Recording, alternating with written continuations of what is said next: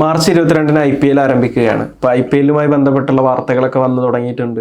ഇനി ആ ഒരു ആവേശം കുറച്ച് ദിവസങ്ങൾക്കുള്ളിൽ തന്നെ ആവേശം ക്രിക്കറ്റ് ആരാധകരിലേക്ക് എല്ലാവരിലേക്കും എത്തും എന്നുള്ള കാര്യത്തിൽ സംശയമൊന്നുമില്ല. പക്ഷെ ഇപ്പോൾ ഏറ്റവും റീസെൻ്റ് ആയിട്ട് വന്നൊരു അപ്ഡേറ്റ്, ഒരു വിദേശ താരത്തെ 2 വർഷത്തേക്ക് IPL-ൽ നിന്ന് വിലക്കിയിരിക്കുന്നു എന്നതാണ്.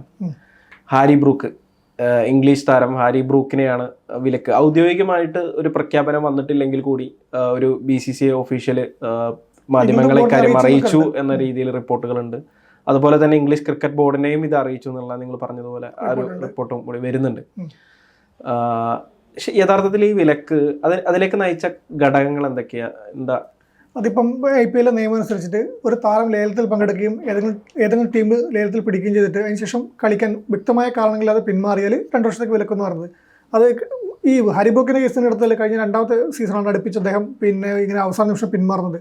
അത് ഈ വിലക്ക് ആവശ്യമാണെന്നാണ് എനിക്ക് തോന്നുന്നത്. കാരണം ഇത്തരത്തിൽ ഒരു അദ്ദേഹം ഇപ്പം പറഞ്ഞ ചില കാരണങ്ങൾ പറഞ്ഞാൽ ഇംഗ്ലണ്ട് ദേശീയ ടീമിനായിട്ട് കൂടുതൽ ശ്രദ്ധിക്കാൻ വേണ്ടി പിന്മാറുന്നതാണ്. അപ്പോൾ IPL ലേലത്തിന് രജിസ്റ്റർ ചെയ്യുമ്പോൾ അദ്ദേഹത്തിന് അറിയായിരുന്നില്ലേ ഇംഗ്ലണ്ട് ടീമിന് വേണ്ടി കളിക്കണമെന്ന്?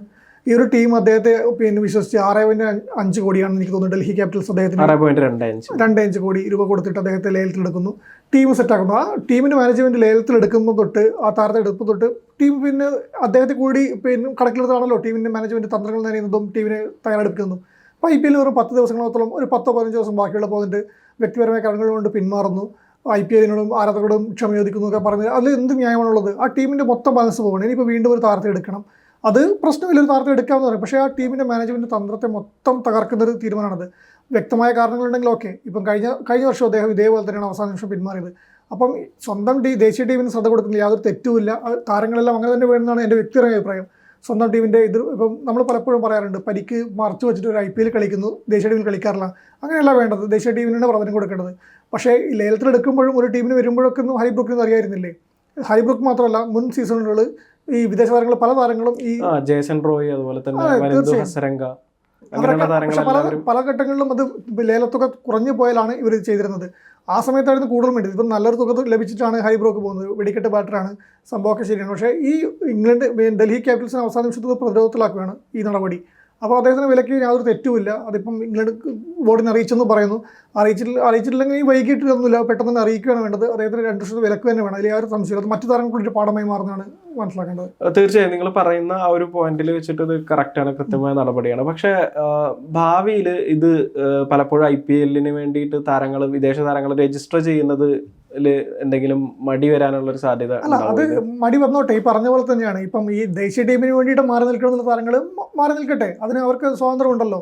പണം മാത്രം നോക്കിയിട്ട് ഒന്നും കളിക്കേണ്ട ആവശ്യമില്ല. അതിപ്പം ദേശീയ ടീമിൻ്റെ ഡ്യൂട്ടി. ഇപ്പം ഹരിബ്രൂക്കിൻ്റെ കേസിന് എടുത്താൽ ഇപ്പം ഇംഗ്ലണ്ട് ഈ IPL ശേഷം ഇന്ത്യയുടെ പരമ്പരയാണ് വരുന്നത് ഇംഗ്ലണ്ടിന്. അപ്പം ഇവിടെ വന്നിട്ട് ഇപ്പോൾ കഴിഞ്ഞ ദിവസം തോറ്റതും ഹരിബ്രൂക്ക് പറഞ്ഞ കമൻറ്റുകളൊക്കെ നമുക്ക് ഓർമ്മയുണ്ട്. അതൊക്കെ പറഞ്ഞ ഓർമ്മയുണ്ട്. അപ്പം ഒരു പരാജയം കഴിഞ്ഞിട്ട് വരുമ്പം അതിൻ്റെ ഒരു വ്യക്തിപരമായ അദ്ദേഹത്തിൻ്റെ ദേശീയത്തിൻ്റെ ഒരു വികാരം തന്നെ ആയിരിക്കാം. ഇന്ത്യയെ തോൽപ്പിക്കണം, അതിന് തയ്യാറെടുക്കണം, ടീമിനായി കൂടുതൽ സംഭാവന ചെയ്യണം. അപ്പോൾ ഒരു വിശ്രമം ആവശ്യമാണ്, പരിശീലനം ആവശ്യമാണ്. അത് അദ്ദേഹം ചെയ്യട്ടെ, അത് അദ്ദേഹത്തിന് മാത്രമല്ല മറ്റു താരങ്ങളോ ചെയ്യട്ടെ. അപ്പോൾ അങ്ങനെയുള്ള താരങ്ങൾ മാറി നിൽക്കണം. ഇതിപ്പം IPL ഷെഡ്യൂൾ വരുന്ന ശേഷമാണ് ഈ പരമ്പരകൾ വരുന്നത്, എല്ലാ താരങ്ങൾക്കും അറിയാം. അപ്പോൾ അങ്ങനെയുള്ള താരങ്ങൾ ആ സീസണിൽ പങ്കെടുക്കാതിരിക്കുന്നതാണ് നല്ലത്. ചുരുക്കി പറഞ്ഞു കഴിഞ്ഞാൽ അങ്ങനെ ഒരു താരം ലേലത്തിന് രജിസ്റ്റർ ചെയ്തതിന് ശേഷം ടീമുകൾ കൃത്യമായൊരു സ്ട്രക്ചറും ഘടനയും ഒക്കെ ഉണ്ടാക്കി ആ രീതിയിൽ മുന്നോട്ട് പോകുന്ന ഒരു സാഹചര്യത്തിൽ അവസാന നിമിഷം പിന്മാറുന്നത് വളരെ ഒരു ശരിയായ നടപടിയല്ല എന്നത് തന്നെയാണ് നമുക്ക് മനസ്സിലാക്കാൻ കഴിയുന്നത്. ഇപ്പം ഒരു പരിക്ക് പറ്റിയിട്ടാണ് താരം പിന്മാറുന്നെങ്കിൽ ഈ നടപടി വരില്ല. മറ്റെന്തെങ്കിലും പേഴ്സണൽ എമർജൻസി വരുവാണെങ്കിൽ ഈ നടപടി വരില്ല. വ്യക്തമായ കാരണം ഉണ്ടെങ്കിൽ ഈ നടപടി ഉണ്ടാവില്ല. അതിപ്പം IPL ഈ ഒരു നിയമം കൊണ്ടുവന്നത് ഫ്രാഞ്ചൈസികളുടെ നിർബന്ധം കൊണ്ടാണ്. കാരണം ഇത് മുൻ വർഷങ്ങളൊക്കെ സംഭവിക്കുന്നുണ്ട്. ടീമിനെ സെറ്റാക്കുന്നു, ലേലത്തിൽ പിടിക്കുന്നു, ചെറിയ തുക എന്ന് പറഞ്ഞിട്ട് അവസാന നിമിഷം പിന്മാറിപ്പോകുന്നു. നമുക്കറിയാം, ആർച്ചറൊക്കെ പണ്ട് രാജസ്ഥാനിൽ പരിക്കുന്ന സമയത്തൊക്കെ പോകുമ്പോൾ അത് പരിക്കേണ്ടതായിരുന്നു. അത് നമുക്ക് അംഗീകരിക്കാൻ മനസ്സിലാക്കാം. താരങ്ങൾക്ക് മറ്റൊന്നിനേക്കാളും ഫിറ്റ്നസ് ഒക്കെ ആവശ്യമാണ്. അപ്പോൾ അങ്ങനെയുള്ള സാഹചര്യങ്ങൾ പ്രശ്നമില്ല. പക്ഷേ ഇത്തരത്തിൽ ദേശീയ ടീമിന് വേണ്ടി മാറി നിൽക്കണം എന്ന് പറയുമ്പോൾ അദ്ദേഹം മാറി നിൽക്കട്ടെ. പക്ഷേ 2 വർഷത്തെ കൂടെ എക്സ്ട്രാ കൂടെ എടുത്ത് മാറിയിക്കട്ടെ, വിലക്ക് കഴിഞ്ഞിട്ട് വേണമെങ്കിൽ ഒന്ന് കളിക്കട്ടെ. തീർച്ചയായും 2025-ലും 2026-ലും അദ്ദേഹത്തിന് IPL-ൽ കളിക്കാൻ പറ്റില്ല എന്നുള്ള കാര്യം വ്യക്തമാണ്. അപ്പോൾ ചുരുക്കി പറഞ്ഞു കഴിഞ്ഞാൽ ഈ നിയമം കർശനമായി നടപ്പാക്കുന്നതിലൂടെ ഭാവിയിൽ ഇതുപോലെ രജിസ്റ്റർ ചെയ്ത് താരങ്ങൾ പിന്നീട് അവസാന നിമിഷം പിരിഞ്ഞ് ഇത് കളിക്കാതെ പിന്മാറുന്നത് കുറയുമെന്ന് തോന്നുന്നുണ്ടോ? തീർച്ചയായും അത് തോന്നുന്നുണ്ട്. ഇപ്പം പറഞ്ഞ പോലെ തന്നെയാണ്. ഈ പറഞ്ഞ പോലെ താരങ്ങൾക്ക് രജിസ്റ്റർ ചെയ്തതിന് യാതൊരു ബുദ്ധിമുട്ടുമില്ല. പരിക്കോ മറ്റു ഘടകങ്ങളോ വന്നാൽ ഈ വിലക്ക് വരില്ല. അപ്പോൾ കളിക്കാൻ താല്പര്യമില്ലാത്ത ഇങ്ങനെ ദേശീയ ഡ്യൂട്ടിക്ക് വേണ്ടിയിട്ട് എഫേർട്ട് ഇടണമെന്ന് ആഗ്രഹിക്കുന്നതാണെങ്കിൽ അവർ രജിസ്റ്റർ ചെയ്തില്ലെങ്കിൽ വലിയ കുഴപ്പം വരുന്നില്ല. പക്ഷേ നമുക്കറിയാം ഇപ്പോൾ 1-2 താരങ്ങൾ മാത്രമാണ് ഇങ്ങനെ പോകുന്നത്. ഇപ്പോൾ ഇതിന് മുന്നേ ഉണ്ടെങ്കിൽ പരിക്ക് പറഞ്ഞു പോകുന്ന താരങ്ങളുണ്ട്, അവർക്ക് വീണ്ടും അത് ആവർത്തിക്കാവുന്നതാണ്, പരിക്കിൻ്റെ കാര്യം പറഞ്ഞ് പോകുന്നതാണ്. പക്ഷേ ഒരു കാരണവും പറയാതെ മാറി നിൽക്കുന്നവർ അത് അങ്ങനെ ഉണ്ടാവത്തുമല്ല. ഒരു കളി എന്നത് സ്പോർട്സ്മാൻ സ്പിരിറ്റ് എല്ലാ താരങ്ങൾക്കുള്ള എല്ലാ കാലത്തും അല്ലെയാണ്. ഈ 1-2 ഈ വിദേശ താരങ്ങൾ പറയുമ്പോഴും എല്ലാ താരങ്ങളും നമുക്കില്ലല്ലോ, എല്ലാ താരങ്ങളും ഇങ്ങനെ പിന്മാറുന്നില്ലല്ലോ. IPL ചരിത്രം നോക്കിയാൽ വളരെ തുലോം താരങ്ങൾ മാത്രമാണ് ഈ തുക കുറഞ്ഞത് കൊണ്ടും മറ്റു കാര്യങ്ങൾ കൊണ്ടും ഈ പേഴ്സണൽ കാര്യങ്ങൾ പറഞ്ഞ് മാറിപ്പോകുന്നത്. അത്തരം താരങ്ങൾ രജിസ്റ്റർ ചെയ്തില്ലെങ്കിൽ അത് IPL ഗുണകരമാകുമെന്ന് ഞാൻ കരുതുന്നുള്ളൂ. കാരണം ടീമുകൾക്കും ഗുണകരമാണ്, ആഭ്യന്തര താരങ്ങൾക്ക് ഗുണകരമാണ്, വിദേശ രാജ്യങ്ങളിലുള്ള ഈ വളർന്നു വരുന്ന എമർജിംഗ് പ്ലേയേഴ്സിന് ഗുണകരമാണ്. ഹരിബ്രൂക്കിനെ എടുക്കുന്നില്ലെങ്കിൽ ഇപ്പം വേറെ താരത്തിനെ എടുക്കുമായിരുന്നു. അപ്പം അന്ന് ലേലത്തിൽ എടുക്കാതിരുന്ന ഒരു താരത്തിന് അവസരം ലഭിക്കുമായിരുന്നു. അപ്പോൾ അതിൻ്റെ പ്രശ്നമൊന്നും വരുന്നില്ല. അപ്പം അവർക്ക് താല്പര്യമില്ലെങ്കിൽ മാറി നിൽക്കുക, താല്പര്യമുള്ള താരങ്ങൾ ലേലത്തിൽ പങ്കെടുക്കട്ടെ, ടീമുകളിൽ അംഗമാകട്ടെ, കളിക്കട്ടെ. തീർച്ചയായും. ഇപ്പോൾ ഹാരിബ്രൂക്കിന്റെ കാര്യം പറയുകയാണെങ്കിൽ നമ്മൾ നേരത്തെ പറഞ്ഞു രണ്ടാമത്തെ തവണയാണ് തുടർച്ചയായി അദ്ദേഹം ഇതിൽ നിന്ന് IPL നിന്ന് പിന്മാറുന്നതെന്ന് പറഞ്ഞു. ആദ്യ തവണ അദ്ദേഹത്തിന്റെ മുത്തശ്ശിയുടെ മരണവുമായിട്ട് ബന്ധപ്പെട്ട വ്യക്തിപരമായ കാരണമാണ്. പക്ഷെ അന്ന് ഈ നിയമം നിൽക്കുന്നില്ല എന്നുള്ളത് ഒരു യാഥാർത്ഥ്യമാണ്. പക്ഷെ ഇത്തവണ അദ്ദേഹം പോകുന്നത് കൃത്യമായി, അതായത് ഇംഗ്ലണ്ടിന്റെ ഒരു ടീമിന്റെ ദേശീയ ടീമിലെ കരിയർ കുറച്ചും കൂടി മെച്ചപ്പെടുത്തണം, ദേശീയ ടീമിനായി പ്രവർത്തിക്കണം എന്ന രീതിയിലാണ് ഇത്. പക്ഷെ ഇത് ഈ IPL-ന്റെ അവസാന സമയത്താണ് അദ്ദേഹത്തിന് അത് തോന്നി എന്നുള്ളതാണ് നമ്മൾ ഉയർത്തുന്ന ഒരു പ്രധാനപ്പെട്ട ചോദ്യം. എന്തായാലും താൻ ചെയ്തത് അത്ര നിസ്സാര പണിയല്ല എന്നുള്ളത് പുള്ളിക്ക് കൃത്യമായിട്ട് അറിയാം. അതുകൊണ്ടായിരിക്കും ആരാധകരോടും എല്ലാവരോടും ഒരു ക്ഷമാപണമൊക്കെ നടത്തിയിരിക്കുന്നത്. ഇപ്പൊ ഡൽഹിയുടെ കാര്യം എടുത്തു കഴിഞ്ഞാൽ തന്നെ നമുക്കിപ്പോ ഡൽഹി അവരുടെ ക്യാപ്റ്റനെ കൂടി പ്രഖ്യാപിച്ചിരിക്കുകയാണ്. അക്സർ പട്ടേലാണ് ക്യാപ്റ്റനായിട്ട് വരുന്നത്. എന്ത് തോന്നുന്നു അക്സർ പട്ടേലിന്റെ ഒരു ക്യാപ്റ്റൻസി? അക്സർ ഒരു കരിയറിലെ ഏറ്റവും നിർണായക ഘട്ടത്തിലൂടെ കടന്നു പോകുന്ന താരമാണ്. അത് പീക്കിലാണെന്ന് തന്നെ നമുക്ക് പറയാം. ബാറ്റ് കൊണ്ടും ബോൾ കൊണ്ടും ടീമിന് സംഭാവന നൽകുന്നു. ഇപ്പൊ കഴിഞ്ഞ ഇംഗ്ലണ്ടിനെതിരെ പരമ്പരയായാലും ഇപ്പോൾ ചാമ്പ്യൻസ് ട്രോഫിയിലായാലും അക്സർ പട്ടേൽ എങ്ങനെയായിരുന്നു 4-ാം നമ്പറിലേക്ക് 5-ാം നമ്പറിലേക്ക് പ്രൊമോഷൻ കിട്ടി വരുന്നു, നന്നായിട്ട് ബാറ്റ് ചെയ്യുന്നു, നന്നായിട്ട് ബോൾ ചെയ്യുന്നു, ഒരു ഓൾറൗണ്ടർ തന്നെയാണല്ലോ. അപ്പോൾ അതിൻ്റെ കൂടെ ഒരു T20 ഫോർമാറ്റിൽ ഒരു ക്യാപ്റ്റൻസി കൂടി വരുമ്പം ആ താരത്തിൻ്റെ പൊട്ടൻഷ്യൽ കൂടി നമുക്ക് കുറച്ചുകൂടി വ്യക്തമാവുന്നതാണ് മനസ്സിൽ തോന്നുന്നത് എനിക്ക്. കാരണം അക്സർ പട്ടേൽ ഇപ്പം ആഭ്യന്തര താരങ്ങൾ ക്യാപ്റ്റനായി കൂടുതൽ വരട്ടെ, ആ ഒരു നായകത്വവും ഒരു നേതൃപാടവും പ്രകടമാക്കട്ടെ, അത് നമുക്ക് വിലയിരുത്താൻ കൂടി കഴിയും. അക്സർ പട്ടേൽ എനിക്ക് പേഴ്സണലി ഭയങ്കര ഇഷ്ടമുള്ള താരമാണ്. കാരണം ബാറ്റ് കൊണ്ടും ബോൾ കൊണ്ടും ടീമിന് സംഭാവന നൽകുന്നത് എല്ലാ കാലത്തും. ജഡേജയും അശ്വിനൊക്കെ ടീമിൽ ഉണ്ടാകുന്നതിൻ്റെ പേരിൽ മറ്റേ കുറേ മത്സരം നഷ്ടപ്പെട്ടു പോയ താരം കൂടിയാണ് ദേശീയ ടീമിൽ താരം ആണ് അക്സർ പട്ടേൽ. അങ്ങനെയാണ് എനിക്ക് മനസ്സിലാക്കുന്നത്.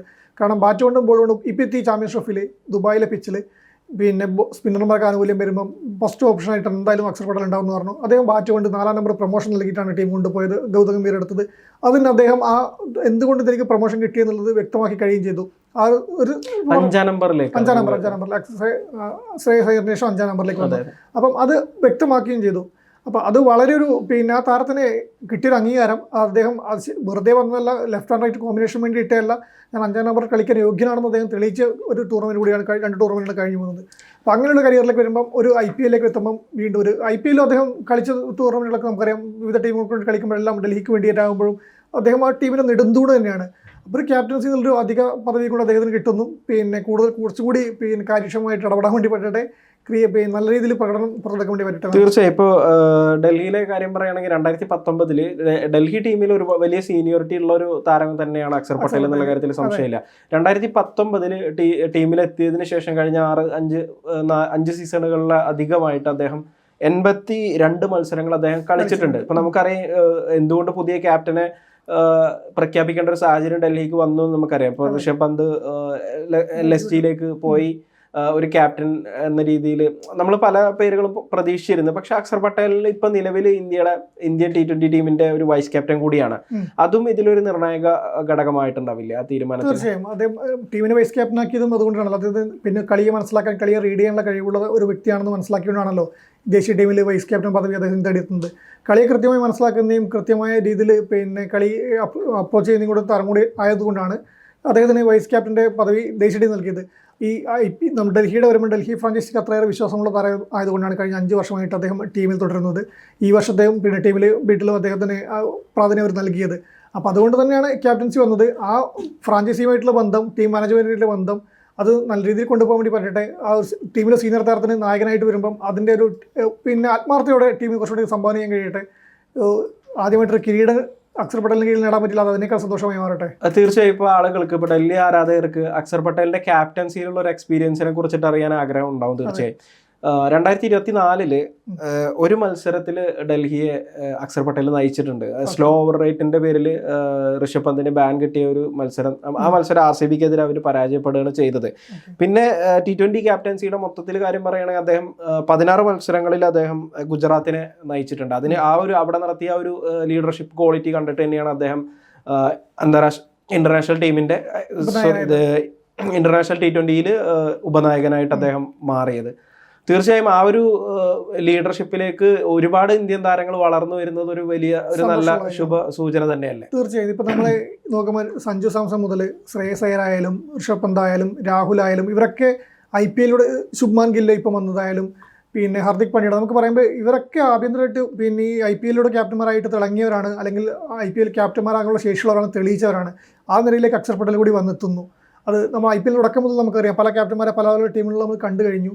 പലരും തിളങ്ങി, പലരും തിളങ്ങാതെ പോയി. അപ്പം ദേശീയ ടീമിലേക്കുള്ളൊരു ദേശീയ ടീമിന് നായകനെ പ്രഖ്യാപിക്കുമ്പോഴും ദേശീയ ടീമിന് ആ ഒരു വിഷനിലൂടെ ടീമിൻ്റെ സെലക്ഷൻസ് കമ്മിറ്റിക്ക് സമീപിക്കുമ്പോഴും ആശ്രയിക്കാൻ പറ്റുന്നൊരു മാനദണ്ഡമായിട്ട് IPL മാറും. അതൊരു സംശയമില്ല.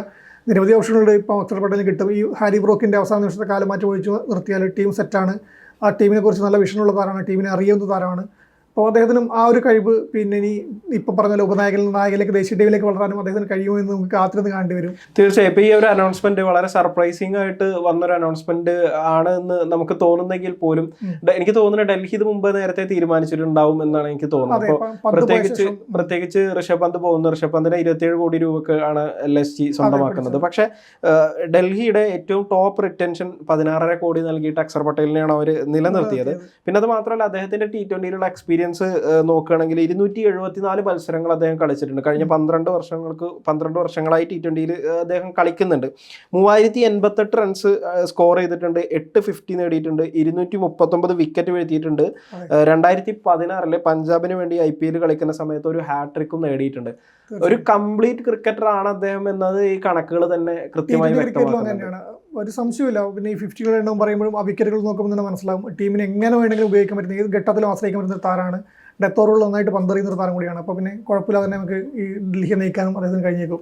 തീർച്ചയായും അക്സറിന് മികച്ച രീതിയിൽ തന്നെ ഡൽഹിയെ നയിക്കാൻ കഴിയട്ടെ എന്ന് നമുക്ക് ഈ ഹാരി ബ്രൂക്കിന്റെ ഇപ്പോഴുള്ള ഈ ഒരു പിന്മാറ്റം ഒന്നും ടീമിനെ ബാധിക്കാതിരിക്കട്ടെ എന്ന് നമുക്ക് ആശംസിക്കാം.